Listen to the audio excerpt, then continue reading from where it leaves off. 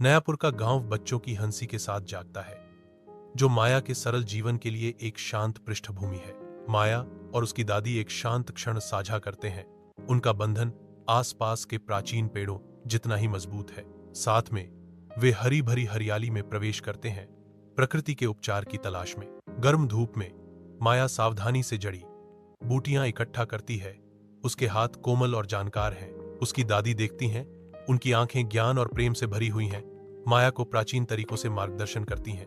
हवा झड़ी बूटियों की खुशबू और उपचार के वादे से भरी हुई है, जो उनके सामंजस्यपूर्ण अस्तित्व का प्रमाण है। पूरी दहशत के एक पल में एक बच्चा पेड़ से गिरता है, जो धरती पर एक भयानक धक्के के साथ टकराता है। माया, उसका चेहरा दुहक का मुखौटा, गिरे हुए बच्चे की ओर दौड़ती है।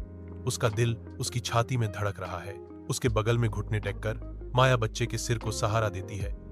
अनजाने में एक प्राचीन मंत्र का उच्चारण करती है, जो भूली हुई शक्ति के साथ गूंजता है। एक धुंधला अलौकिक चमक बच्चे को घेर लेती है, क्योंकि वह जीवन में वापस आ जाता है, जिससे ग्रामीण स्तब्ध चुप्पी में रह जाते हैं, जो विस्मय और भय के बीच फंसे होते हैं। राज्य के सैनिक न्यूआपुर पहुंचे। उनकी उपस्थिति गांव पर एक छाया डालती है। माया को गिरफ्तार कर लिया जाता है। उसकी छोटी आकृति अधिकारियों से दब जाती है। दादी चिल्लाती हैं, वह अभी भी एक बच्ची है। उसके कथित अपराध को नहीं, बल्कि उसके अच्छे कर्मों को देखो। ग्रामीणों ने स्तब्ध चुप्पी में देखा, क्योंकि माया को ले जाया गया।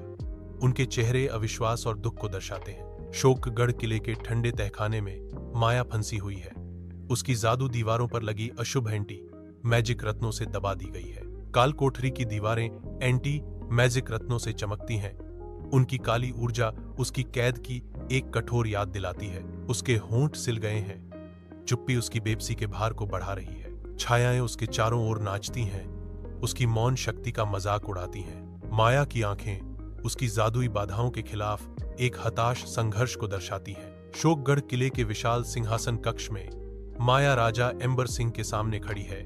भाग्य का भार हवा में भारी है। मेहराबदार खिड़कियों से धूप की किरणें आती हैं, हवा में नाचते धूल के कणों को रोशन करती हैं। राजा एम्बर सिंह अपने सिंहासन पर बैठे हैं। उनका भाव गंभीर है, क्योंकि वे माया का सर्वेक्षण करते हैं। राजा की आवाज पूरे हॉल में गूंजती है। जादुई चिंगारी फिर से जलती हुई दिखाई दे रही है। रत्नलोक फिर से खतरे में है। प्राचीन युद्धों को दर्शाने वाली जटिल नक्काशी और टेपेस्ट्री माया पर हावी है, जो अतीत के संघर्षों की याद दिलाती हैं। रत्नलोक का भाग्य दांव पर है, क्योंकि माया राजा का सामना करती है। सिंहासन कक्ष प्रत्याशा से मौन है। सिंहासन कक्ष के अंदर माया की आंखें चमकती हैं, जो क्रोध और बेबसी के तूफान को दर्शाती हैं। माया से कच्ची ऊर्जा की एक शांत चीख फूटती है, जो प्राचीन किले की नींव को हिला देती है। राज सिंहासन कांपता है, क्योंकि माया अपनी शक्ति का प्रदर्शन करती है। दीवारें बल के नीचे कराहती हैं। धूल और मलबा गिरता है, क्योंकि कमरा झुक जाता है। माया की बेकाबू शक्ति किले में गूंजती है, जो उसके गुस्से और बेबसी का प्रमाण है।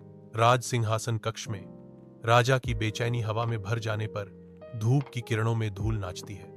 राजा अचानक रुक जाता है। उसके चेहरे पर अविश्वास अंकित है। यह असंभव है। मंत्र के बिना कैसे? माया आगे बढ़ती है। उसकी आवाज विद्रोह के साथ गूंजती है। माया दृढ़ विश्वास के साथ घोषणा करती है, आपने शब्द चुराए हैं, शक्ति नहीं। राजा मुड़ जाता है। उसका चेहरा निराशा और बढ़ते डर का मुखौटा है। माया राजा को देखती है। उसका भाव दया और संकल्प का मिश्रण है। कहानी के अंत में माया किंवदंती में गायब हो जाती है। उसका भाग्य एक फुसफुसाया हुआ रहस्य है। एक शांत प्रतिमा राजधानी के चौराहे पर पहरा देती है।